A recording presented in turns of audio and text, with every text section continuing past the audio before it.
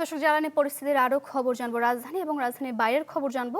শুরুতেই আমরা চলে যাব রাজধানী কল্যাণপুরে। সেখান থেকে যুক্ত হচ্ছেন সহকর্মী ইমতিয়াজ মাহমুদ। ইমতিয়াজ, আপনি যেখানে আছেন সেখানে তেল সরবরাহ চলছে কিনা সেটি জানবো, এবং গ্রাহকদের কয়েকটি অভিযোগের কথা আমরা বলছিলাম, সেটি নিয়েও বিস্তারিত জানতে চাই। সারিকা, কল্যাণপুরে যখন আমরা এসেছি এবং তখন সেই মুহূর্তে তেল দেওয়া হচ্ছিল না, আধা ঘন্টা আগেই তেল দেওয়া শুরু করেছে এবং তেল দেওয়া শুরু হওয়ার পরপরই একটি অন্য চিত্র এখানে দেখা গেল যে দীর্ঘ সিরিয়ালের পাশে আরেকটি ভিআইপি নামক সিরিয়াল তৈরি হয়েছে, এমনটাই অভিযোগ করছে এখানের যারা তেল নিতে আসছে তারা। এবং এখানে যারা হচ্ছে যে ভিআইপি নামক সিরিয়ালে এসে তারা তেল নিচ্ছে, তাদের ক্ষেত্রে তেলের কোনো নেই রেশনিং এবং না আছে অন্য কোনো কিছু। একই সাথে যারা সিরিয়াল মেনে এখানে তেল নিতে আসছে তারা তাদের অভিযোগ জানাচ্ছে, তাদের ক্ষিপ্ততা, তাদের যে বিরক্তিতা সেটা কিন্তু তারা জানাচ্ছে। যে তারা বলছে যে তারা প্রায় 3 থেকে 4 ঘন্টা এখানে সময় পার করেও, অপেক্ষা করেও তারা কিন্তু তাদের কাঙ্ক্ষিত তেল পাচ্ছে না। কিন্তু এদিক থেকে তেল আসার পরপরই একটি ভিআইপি যে গোষ্ঠী, তাদের অভিযোগ মতে তারা এখানে তেল নিচ্ছে এবং তারা যত টাকার পরিমাণ তেল চাচ্ছে তারা সেই পরিমাণ তেল পাচ্ছে। আমরা এই একই অভিযোগ নিয়ে এখানকার ম্যানেজারের সাথে কথা বলেছি, তিনি বলেছে যে এরকম কোনো কিছু হচ্ছে না। পরবর্তীতে আমরা এখানে থাকার প্রেক্ষিতে এখানে যে ভিআইপি লাইন সেটি কিন্তু এই জায়গা থেকে সরে একটু পাশে চলে গেছে এবং আশেপাশে অন্য জায়গায় মোটরসাইকেলগুলো নিয়ে আছে। অর্থাৎ একটি সুন্দর সিরিয়াল যেটি ছিল সেটিকে কিন্তু নষ্ট করার একটি প্রকোপ বা অভিপ্রায় এখানে কিন্তু চলছে।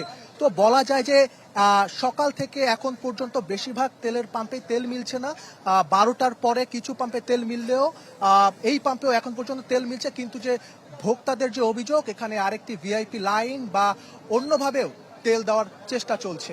সারিকা। ইমতিয়াজ, ধন্যবাদ আপনাকে। আমরা মুন্সিগঞ্জের চিত্রটি জানবো, আমাদের সঙ্গে আছেন শুভ ঘোষ। শুভ, আপনার পেছনের চিত্রটি দেখে মনে হচ্ছে রাজধানীর মতোই অবস্থা, জানাবেন বিস্তারিত আমাদের।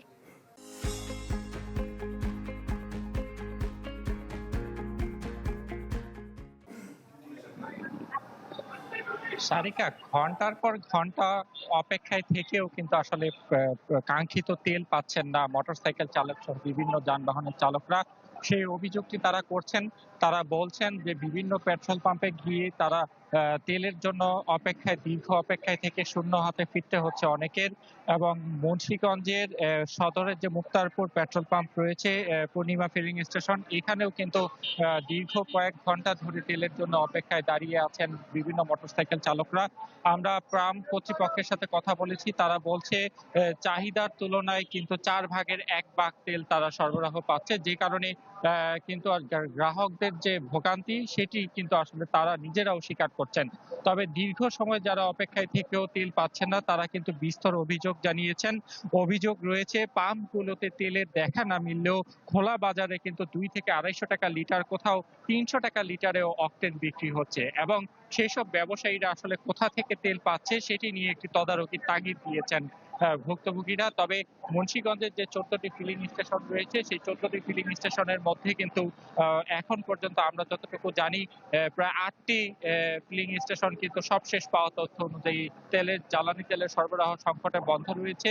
এবং প্রতিটি পেট্রোল পাম্পে কিন্তু আইন শৃঙ্খলা বাহিনী এবং পুলিশের তৎপরতার মধ্য দিয়ে আসলে তেল বিক্রি করছে। আমরা যে পেট্রোল পাম্পটিতে রয়েছি এখানে কিন্তু সকাল থেকে বেশ কয়েকবার মোটরসাইকেল চালক ও যারা বোতলে করে আসলে তেল দিতে এসেছে তাদের সাথে কিন্তু বিভিন্ন বাকবিতণ্ডা তৈরি হয় এবং প্রায় কিন্তু এখানে ঝগড়ার একটি সৃষ্টি হচ্ছে। সব মিলিয়ে যে সংকট সেটি কিন্তু ভোগান্তির যে মাত্রা মানুষের সেটি একটি চরম পর্যায়ে নিয়ে যাচ্ছে। তাই দ্রুত এই সংকট কাটিয়ে ওঠা সম্ভব হবে, সেই কিভাবে সম্ভব হওয়া যায় সেই তাগিদটি কিন্তু আসলে সবাই দিচ্ছেন।